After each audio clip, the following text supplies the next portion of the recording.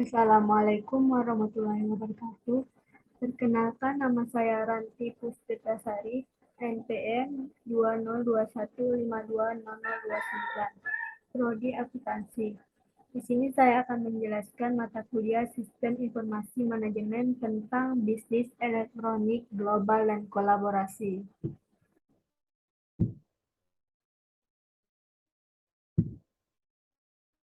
Literatur teori. A. Bentuk-bentuk bisnis. Beberapa bentuk bisnis yang dikembangkan diantaranya yang pertama yaitu manajemen hubungan pelanggan, termasuk suatu sistem yang membantu sebuah perusahaan untuk berhubungan dengan para pelanggan, yang bertujuan untuk meningkatkan nilai perusahaan di mata pelanggan. Sistem informasi yang terintegrasi yang digunakan untuk merencanakan, menjadwalkan, dan mengendalikan aktivitas-aktivitas para penjual dan pasca penjual dalam sebuah organisasi. Terdapat manfaat manajemen hubungan pelanggan antara lain memungkinkan penyesuaian waktu sebenarnya atas berbagai produk dan jasa berdasarkan pada kebutuhan dan keinginan pelanggan. Kedua, memberikan layanan dan dukungan yang terbaik bagi pelanggan sehingga menambah nilai bisnis di mata pelanggan. Yang ketiga, meningkatkan keuntungan. Perencanaan sumber daya perusahaan. Sistem informasi yang diperuntukkan bagi perusahaan dalam mengintegrasikan proses bisnis yang berhubungan dengan aspek operasi, produksi maupun distribusi. Dua, mengintegrasikan semua aktivitas inti perusahaan yang meliputi penjualan dan pemasaran, pemeliharaan, produksi, pengadaan gudang, dan keuangan. Dia manfaat perencanaan sumber daya perusahaan antara lain yaitu integrasi data keuangan. Dikarenakan semua data disimpan secara terpusat, maka para eksekutif perusahaan memperoleh data yang terbaru dan dapat mengatur keuangan perusahaan dengan lebih baik. Kedua, standarisasi proses operasi. Perencanaan sumber daya perusahaan menerapkan sistem yang terstandar di mana semua divisi akan menggunakan sistem dengan cara yang sama. Dengan demikian, operasional perusahaan akan berjalan dengan lebih efisien dan efektif. Tiga, standarisasi data dan informasi. Basis data terpusat dapat diperoleh dengan mudah dan fleksibel untuk semua divisi yang ada dalam perusahaan.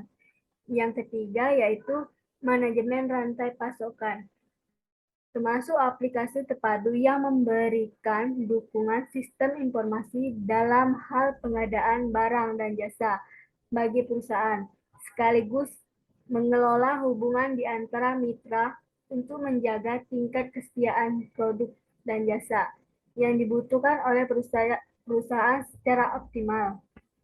Dua, mengintegrasikan pengiriman dan proses order, pengadaan bahan mentah, order tracking, penyebaran informasi, perencanaan kolaboratif, pengukuran kinerja, pendistribusian produk, dan mengembangkan produk baru. Manfaat manajemen rantai pasokan antara lain yaitu meningkatkan hubungan antara pembeli, pemasok, distributor, dan mitra bisnis lainnya, dan mengendalikan persediaan, menurunkan biaya, memberikan kepuasan bagi pelanggan, meningkatkan keuntungan. B yaitu keuntungan penggunaan e-bisnis. Beberapa keuntungan yang bisa didapatkan dari e-bisnis yang diantaranya seperti memperluas pasar. Dengan e-bisnis, perusahaan atau pembisnis dapat memperluas pasarnya, sehingga dapat memasuki pasar nasional maupun internasional, sehingga pembisnis dapat menjangkau banyak pelanggan, menekan biaya telekomunikasi dan waktu transaksi serta penerimaan produk. Konsumen dapat melihat barang, spesifikasi, dan informasi lainnya melalui internet sehingga tidak perlu repot-repot harus mendatangi penjual, meningkatkan citra yang baik di mata para konsumen.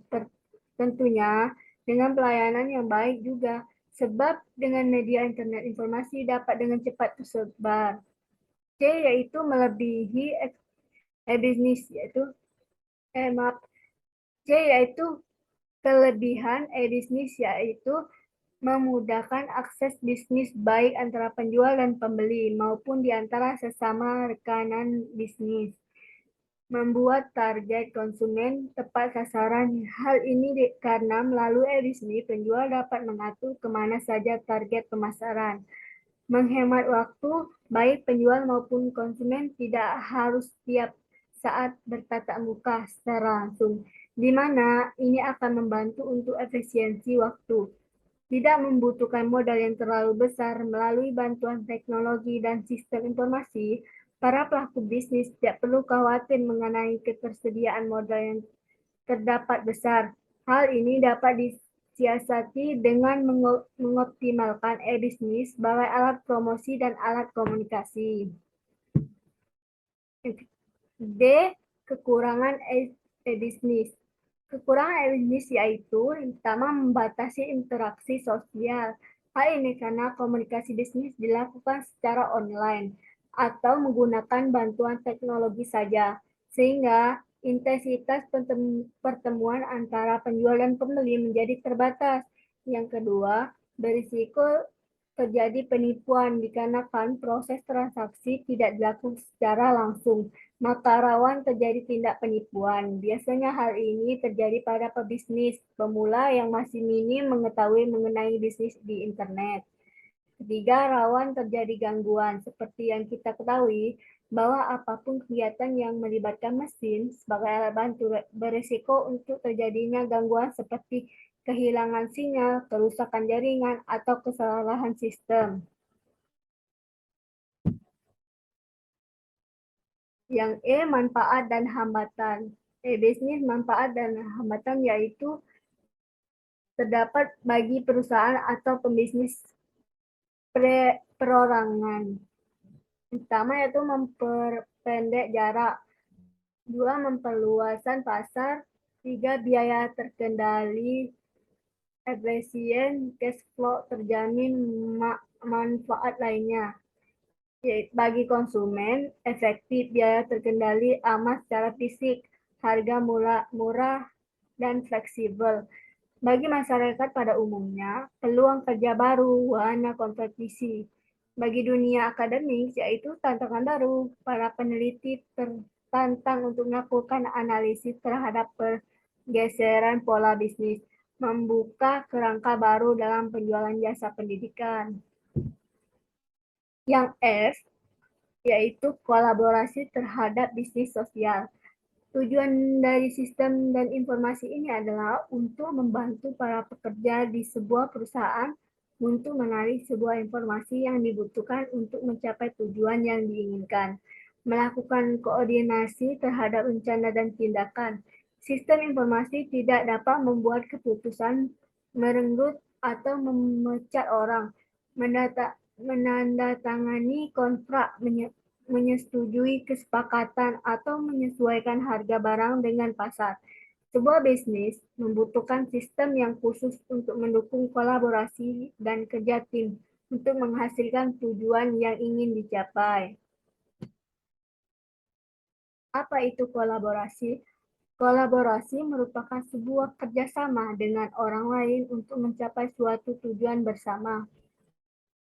Secara eksplisit, kolaborasi fokus terhadap penyelesaian tugas atau misi yang biasanya terjadi di dalam sebuah bisnis atau organisasi. Dan di antara pelaku bisnis, kolaborasi dapat jangka waktu yang pendek, berlangsung hanya beberapa menit, atau dalam jangka panjang tergantung sifat tugas dan hubungan di antara para peserta tersebut. Kolaborasi bisa antara satu pihak dengan pihak lain atau banyak pihak dengan banyak pihak lainnya. Karyawan dapat berkolaborasi dalam sebuah kelompok yang informal, yang bukan merupakan yang formal. Dari sebuah struktur organisasi, perusahaan bisnis, atau mereka dapat diorganisasikan ke dalam sebuah tim formal. Tim memiliki misi khusus yang ditugaskan oleh seseorang dalam bisnis tersebut kepada mereka. Anggota tim perlu berkolaborasi untuk menyelesaikan tugas-tugas khusus dan secara kolektif mencapai misi dari tim. Misi tim mungkin bisa seperti memenangkan permainan atau meningkatkan penjualan online sebesar 10%. Tim tersebut seringkali berumur pendek, tergantung pada masalah yang akan mereka tangani dan lamanya waktu yang dibutuhkan untuk menemukan solusi dan menyelesaikan misi. Kolaborasi dan kerja tim bisa menjadi sangat penting saat ini dibandingkan sebelumnya dengan berbagai alasan. Pertama yaitu perubahan sistem pekerjaan.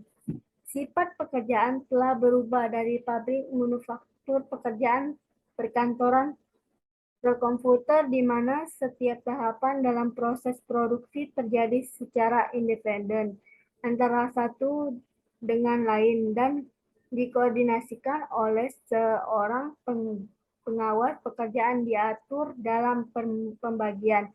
Dalam pembagian, pekerjaan pindah dari satu tempat peralatan mesin ke tempat mesin yang lain.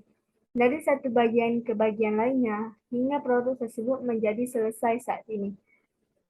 Membutuhkan koordinasi dan interaksi yang lebih baik antara masing-masing pihak yang terlibat di dalam penghasilan sebuah produk atau layanan. Pertumbuhan pekerjaan profesional, pekerjaan yang interaksi merupakan pekerjaan profesional di sektor jasa yang membutuhkan koordinasi dan kolaborasi yang erat. Pekerjaan profesional memerlukan pendidikan yang tinggi dan pembagian informasi dan pendapat dalam menyelesaikan sebuah pekerjaan. Setiap pekerjaan dalam pekerjaan harus memiliki keahlian khusus dalam menyelesaikan masalah, dan semua pekerjaan harus mempertimbangkan satu dengan lainnya dalam menyelesaikan sebuah pekerjaan. Dan sampai di sini yang bisa saya jelaskan. Apabila ada salah kata, saya mohon maaf. Pada pada Allah saya mohon ampun. Saya akhiri. Wassalamualaikum warahmatullahi wabarakatuh.